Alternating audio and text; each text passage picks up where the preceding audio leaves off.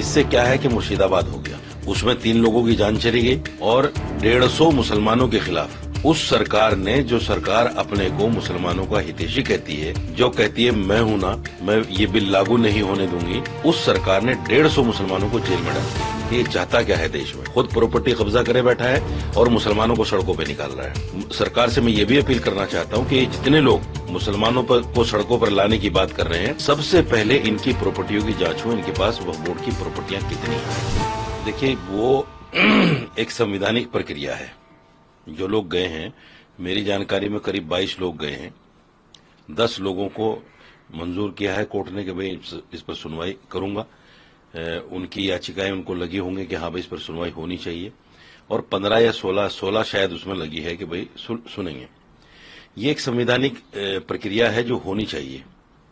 लेकिन इसके साथ साथ वही लोग जो याचिकाएं डाल रहे हैं, वही लोग मुसलमानों को भड़काकर जो है रोड पे भी ला रहे हैं।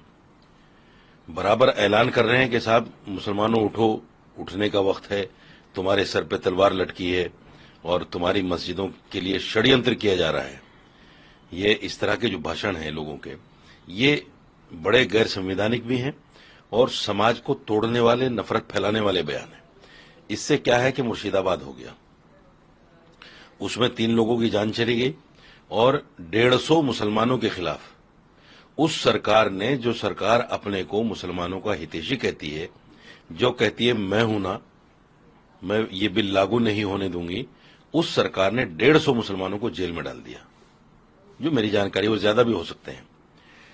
तो मेरा कहना सिर्फ ये है कि कोर्ट या तो रास्ता है, या फिर संवैधानिक तरीके से आप एक जगह बैठ जाओ, किसानों की तरह आप बैठकर जो है अपनी मांग रखो। कौन मना करता है?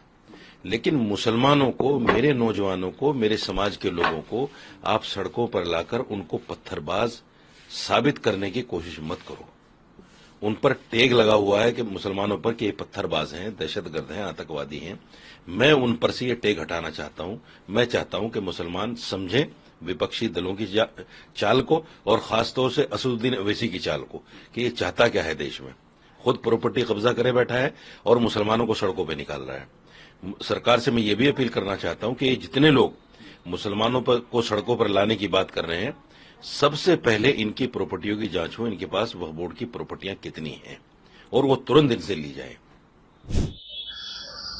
वक्फ संशोधन बिल के खिलाफ जो याचिकाएं दायर की हैं माननीय सर्वोच्च न्यायालय में, इन याचिकाओं के खिलाफ और वक्फ संशोधन बिल के समर्थन में 7 राज्यों ने भी माननीय सर्वोच्च न्यायालय में याचिका दायर की है, और इसी से संबंधित हमने भी वक्फ संशोधन बिल के समर्थन में, और ये जो विपक्ष के लोग जो इसके खिलाफ याचिका दायर की हैं, उनके खिलाफ हमने भी माननीय सर्वोच्च न्यायालय के लिए एक पत्र भेज के प्रार्थना की है कि ये लोग बेईमान हैं, इनकी कोई भी बात सुनी ना जाए और इनका पक्ष खारिज कर दिया जाए, क्योंकि ये जो वक्फ की लड़ाई है प्रॉपर्टीज की, ये गरीब मुस्लिम बनाम अमीर मुस्लिम की है। गरीब मुस्लिम के हक छीन लिए अमीर मुस्लिम और ताकतवर मुस्लिम ने। आज वही लोग इस संशोधन बिल का विरोध कर रहे हैं, तो और जो कि ये बेईमान है। कुरान के और इस्लाम की दृष्टि से भी इन लोगों को मुसलमानों की सरपरस्ती करने का अधिकार नहीं है। ये कहीं भी किसी भी स्तर पे मुसलमानों की सरपरस्ती के लायक ही नहीं है। ये तो कुछ 10% मुट्ठी भर लोग हैं कि जिन्होंने तमाम प्रॉपर्टीज अपने कब्जे में कर ली, और एक 90% जो मुस्लिम गरीब तबका है उसके अधिकार छीन लिए। तो वो मुस्लिम जो गरीब तबका है, वो तो माननीय मोदी जी के वक्फ संशोधन बिल से खुश है, सहमत है, खुशहाल है। उसके लिए आर्थिक, सामाजिक, शैक्षिक रूप से विकास करने के दरवाजे खुल गए, और इन्हें ये बुरा लग रहा है। ये जो कि पंछी, ये जो गरीब मुस्लिम है, ये निकल के विकास की तरफ जा रहा है, तो इनकी घबराहट बढ़ रही है, बहुत परेशान है।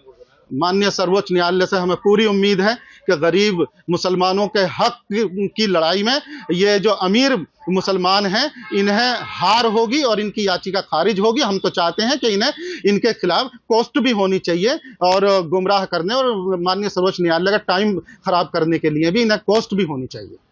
मुर्शिदाबाद की घटना है। मुर्शिदाबाद की घटना को लेकर के राष्ट्रीय ह्यूमन राइट्स कमीशन ने जो संज्ञान लिया है, तो हम ये चाहते हैं इस जांच में दूध का दूध, पानी का पानी निष्पक्ष तरीके से होनी चाहिए और जो दोषी हैं उन्हें कठोर से कठोर सजाएं होनी चाहिए, क्योंकि जो गरीबों का हक दिलाने के लिए केंद्र सरकार ने काम किया और उसके खिलाफ जो ताकतवर और जो माफिया किस्म के लोग हैं उन्होंने इसमें रुकावट डालने का काम किया और देश में दंगे भड़काने का काम किया है। तो ये ऐसी घटनाएं दोबारा ना हो, ऐसे लोगों के खिलाफ कठोर से कठोर कार्रवाई सुनिश्चित की जाए। संबल हिंसा को लेकर के जिस तरह से सपा विधायक के बेटे और सांसद वर्ग जो वहाँ पेश होंगे, तो हम तो यही चाहते हैं कि सभी प्रक्रियाएं होने के बाद जो भी सच्चाई सामने आती है दोषियों को बख्शा ना जाए और इंसाफ होना चाहिए और न्याय मिलने में देरी नहीं होनी चाहिए। दोषी कोई भी हो उसे बख्शा ना जाए, कसूर किसी का भी हो, किसी धर्म या जाति से न जोड़ा जाए, बल्कि ये देखा जाए कि कौन दोषी है और दोषी पाए जाने पर सजा दिलाई जाए जल्द से जल्द। उत्तराखंड में जो 173 मदरसे बंद किए गए हैं, वहीं दूसरी तरफ मदरसा बोर्ड एनसीईआरटी के सिलेबस से भी मुसलमानों में बहुत बड़ा शिक्षा का काम हो रहा है। तो देखिए, कहीं ना कहीं सरकार का मकसद एक डिसिप्लिन लाना है और जिस तरह से अनियमित रूप से स्कूल मदरसे चल रहे हैं उन्हें बंद करना है। तो कोई इस तरह के मदरसों से जो पढ़ने वाले छात्र हैं उनका भविष्य भी बर्बाद होता है। तो इन तमाम स्टूडेंट्स की फलाही और कामयाबी को देखते हुए जो स्कूल संचालक भी हैं उन्हें इस तरह के ख्याल ज़रूर रखने पड़ेंगे कि मान्यता भी कराएं, बिल्डिंग भी सही रखें और फिर उसमें जो व्यवस्था है स्कूल में कि नियमित रूप से नियम अनुसार सभी गाइडलाइन का अनुपालन करें, तभी जाके स्कूल खोलें जिससे कि उसमें पढ़ने वाले विद्यार्थियों का फ्यूचर बर्बाद ना हो। तो ये समझने की ज़रूरत है। तो जो भी कहीं कोई सख्ती होती है तो उसके पीछे कहीं ना कहीं कामयाबी छिपी हुई होती है। तो सरकार का जो कदम है ये सुधार के लिए है, ना कि कोई नुकसान पहुंचाने के लिए है। और सरकार तो मदरसा बोर्ड से बहुत बड़ा काम मुसलमानों के लिए उत्तराखंड में ले रही है और काम चल रहा है। वक्फ संशोधन बिल को लेकर के जिस तरह से माननीय सर्वोच्च न्यायालय में 10 याचिकाएं दायर की गई हैं, तो मैं ये कहना चाहता हूं कि संवैधानिक तरीके से संसद से, लोकसभा सदन से और राज्यसभा सदन से और पास होने के बाद फिर महामहिम राष्ट्रपति महोदया ने भी मोहर लगाई, मंजूरी दी और फिर उसके बाद सरकार ने नोटिफिकेशन भी जारी कर दिया।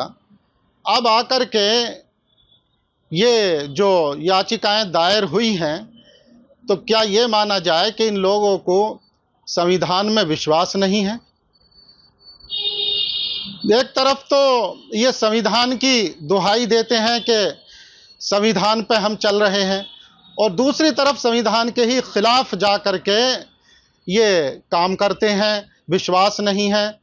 और मैं इसमें और अहम बात ये बता दूं कि वक्फ प्रॉपर्टीज़ का जो मामला है, जो ये खुर्द-बुर्द की अमीर लोगों ने और ताकतवर ने जो कब्जे किए, ये मामला मुस्लिम समाज में 2 धड़ों में बटा हुआ है।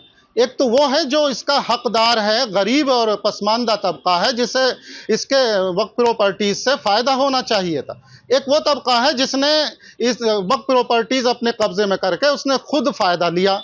तो ये तो मुस्लिम गरीब बनाम अमीर मुस्लिम की लड़ाई है। तो ये अधिकार तो छीने गरीब मुस्लिम के और छीने अमीर मुस्लिम ने, ताकतवर ने और सरकार ने दिलाए। तो फिर इन लोगों का जो अमीर मुस्लिम है, ताकतवर दबंग हैं, इनका क्या रोल है वक्फ प्रॉपर्टीज में? इन्हें तो दूर रहना चाहिए इससे।